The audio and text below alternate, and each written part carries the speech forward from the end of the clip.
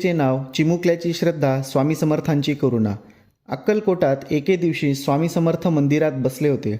भक्तांचा मेळा जमला होता। काही जण मोठ्या थाळ्या फळं मिठाई घेऊन आले होते।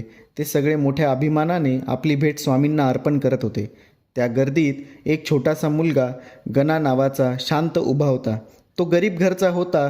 आई त्याला म्हणाली होती, गणा, आपल्याकडे मोठं काही नाही, पण जर स्वामींना मनापासून नमस्कार केला तर त्यातच खरी पूजा आहे।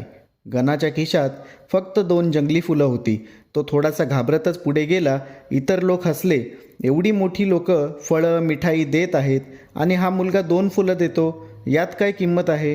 पण गणा मनापासून स्वामींना ती फुलं अर्पण करून म्हणाला, स्वामी, माझ्याकडे दुसरं काही नाही, पण ही फुलं मी तुम्हाला मनापासून देतो, कृपया स्वीकारा। त्यांनी स्वामी समर्थांनी डोळे मिटले आणि हसले।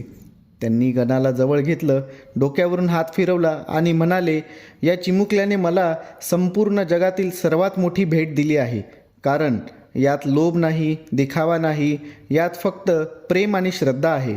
तेव्हा स्वामींनी त्या मुलाला आशीर्वाद दिला, तू आयुष्यात सदैव आनंदी राहशील, तुझ्या कष्टांमध्येही सुखाची फळं मिळतील।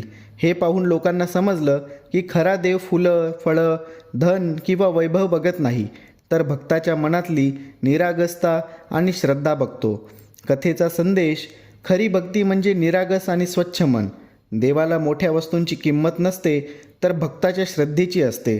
मुलांचं मन स्वच्छ आणि लोभमुक्त असतं, म्हणूनच त्यांच्या भक्तीला देव तत्काळ प्रतिसाद देतो।